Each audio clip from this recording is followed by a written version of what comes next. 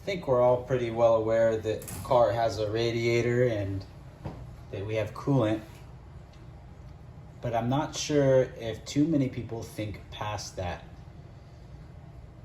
And today we're going to go over the foundation of how your cooling system works. And the foundation of that is basically water.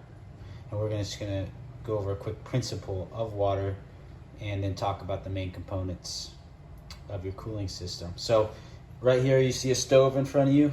You see a red Solo cup, and that red Solo cup is full of water.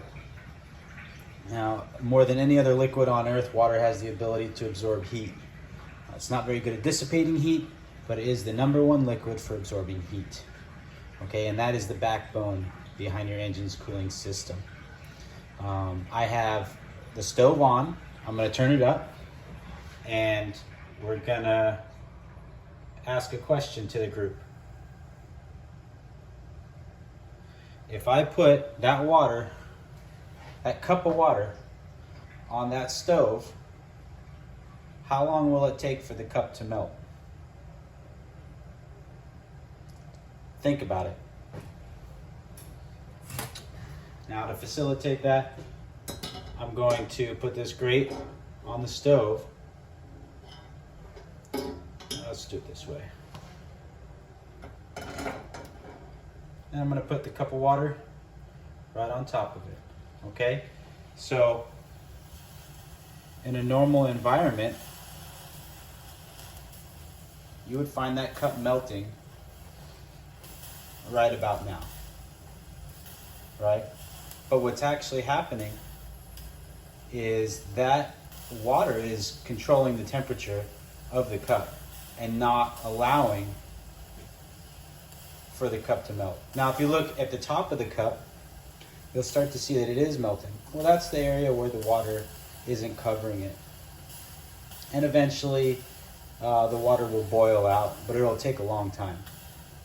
So that is the principle behind having water in your engine. That instead of the water being inside of the cylinder, it's actually just outside of the cylinder, and it's circulating through the engine, absorbing the heat and not allowing the heat of combustion to warp the metal, blow your head gasket, and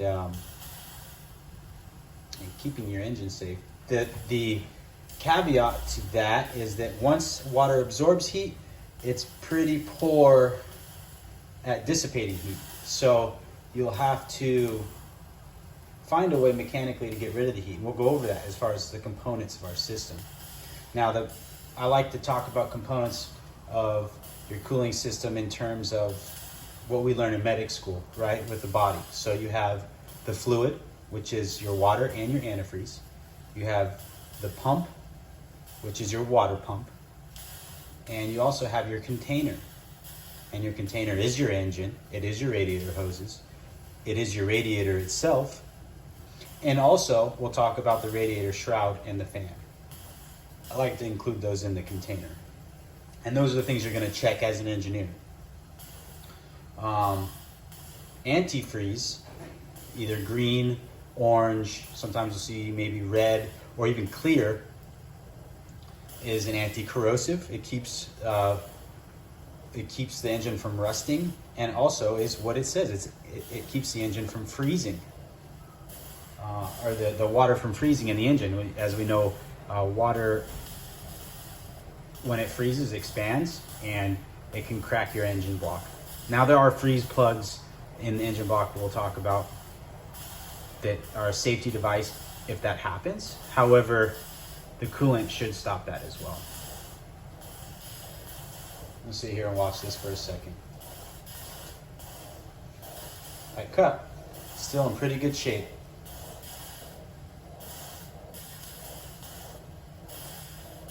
How many of you guessed it was going to be less than 30 seconds?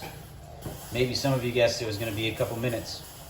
Maybe others realize that I'm doing this in the fire station, so it better not melt at all. But that's the properties of water.